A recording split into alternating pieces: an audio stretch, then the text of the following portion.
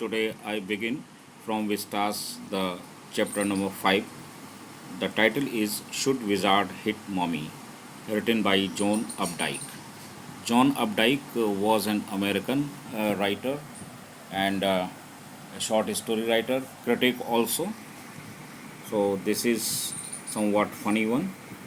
And here should wizard hit mummy, इसका मतलब ये है क्या विजार्ड मीन्स मैजिशियन, जादूगर को वापस जो मदर है उसकी American creature that is Roger skunk, उसकी मदर को जो वापस गई थी उसके पास, विजार्ड जादूगर के पास, क्या वो विजार्ड या जादूगर उसको हिट करेगा अम्ब्रेला से, ये इसमें ये बताया गया. This question was asked by 4 years जो.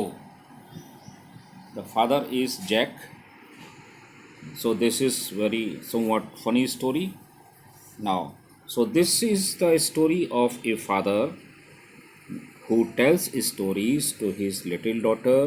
ये एक कहानी है उस पिता की जिसका नाम जैक है, जो अपनी छोटी बेटी को कहानियाँ सुनाता है. उसका फादर का नाम जैक है. The father one day tells his daughter the story that is in Jo the story of a creature named Roger skin. जो स्टोरी उसकी लड़की सुनना चाहती है उसका नाम जो है. Complete name is Johnny. So Roger is sticking one. जो रोजर है वो स्टिकी है, मीन्स बदबूदार है. So all the other little creatures run away from him. अतः so that is why this is funny story. In the evenings and the Saturday naps, naps में short sleep, झपके लेना, like today's जैसे आज है ले रहा है. Jack told his daughter Jo is the name of a daughter, 2 years now she is 4 years old, a story out of his head. अपने मन से उसको कहानियाँ सुनाता था. This custom began when she was itself now nearly 2 years old.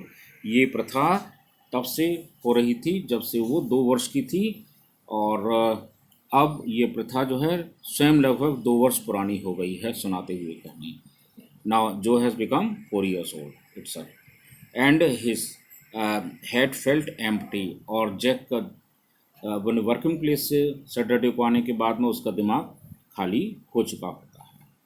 सो प्रत्येक दिन, और each new story was a slight variation of a basic tale. और ये प्रत्येक दिन नई कहानी किसी मूल कहानी का थोड़ा सा अलग रूप होता था.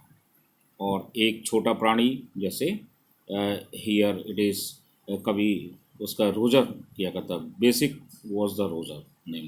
Roger fish, Roger squirrel, Roger chimp had some problem and with it to the vice all. और इस प्रकार अलग अलग उसके शीर्षक हुआ करते थे, जैसे मछली, रोजर गिलहरी, रोजर चिंपमुक. जो कभी कोई समस्या होती थी उनको, तो वो एक समस्या को लेकर वाइस ओल्ड आउल के पास, यानी बुद्धिमान वृद्ध उल्लू के पास जाता था. और that owl guided him to the that is magician wizard, जादूगर के पास जाने के लिए कहता था. सो और जादूगर वो था that always, and the wizard performed a magic spell and that solved the problem, demanding in payment a number of pennies greater than the number that Roger creature had. और जो जादूगर था वो कोई जादुई मंत्र कहता था जिससे समस्या का हल हो जाता था, और बदले में वह जादूगर उससे अधिक पेनीज मीन्स सिक्के, कॉइन्स मांगता था जितनी रोजर प्राणी के पास यानी स्कंक के पास होती थी. और लेकिन उसी के साथ ही वह उस प्राणी रोजर को उस स्थान की दिशा दिखाता था, क्योंकि वो जो उसकी जो फीस थी मैजिशियन की यानी विजार्ड की वो ज़्यादा होती थी, जो कि रोज़र देने में असमर्थ था। तो वो रोज आता था एक तरह से डेली, और इस प्रकार असमर्थ होता था। Roger war so happy after having the change of the smell, पहुंच जाता था और उसके पास में पेनी मिल जाती थी और उसको पेमेंट कर दिया करता था। So, has the same breath directing. Then Roger was so happy. He played many games with other creatures and went home to his mother just in time to hear the train whistle that brought his daddy home from Boston.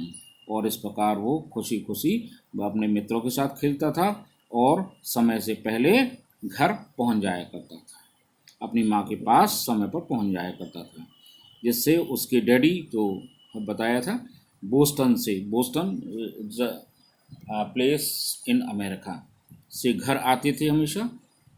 और Jack, to be continue next, Jack जो था वो describe their सपर, और उस रात्रि के भोजन, सपर कहते हैं नाइट डिनर के बारे में, वो भोजन के बारे में विस्तार से बताता है, लिखा। And the story was over, इस प्रकार जो है कहानी समाप्त हो जाती थी। और is working his way through this scheme was specially fatigued on Saturday because Jo never fell asleep in naps anymore, and knowing this made the right seem futile ceremony. Right means RIT ceremony। और इस प्रकार जो है जो ये कहानी समाप्त होने के बाद में इस योजना के साथ आगे बढ़ कर के, और ख़ास तौर से शनिवार को ये थकाऊ हो जाता था, थक जाता था जैक, उसका जो का फादर, क्योंकि जो अब कभी भी दोपहर को वो जो थी वो झपकी नहीं लेती थी, लेटती नहीं थी, सोती नहीं थी, आराम नहीं करती थी। और ये जानने के बाद वह कहानी ट्रेडिशनल कस्टम के हिसाब से, प्रथा के अनुसार वो बताता था। The little girl, not so little anymore, the bump her feet made under the covers were halfway down the bed, their big double bed that they let her be in for naps when she was sick। और इस प्रकार उस छोटी लड़की, जो अब इतनी छोटी भी नहीं थी, उसके उछलने से, उसके पैरों से जो उठी हुई बिस्तर की चादर होती है उसकी लंबाई में आधे तक जाते थे, वो पूरे पैर नहीं जाते, इतनी छोटी थी वो, इतनी छोटी नहीं।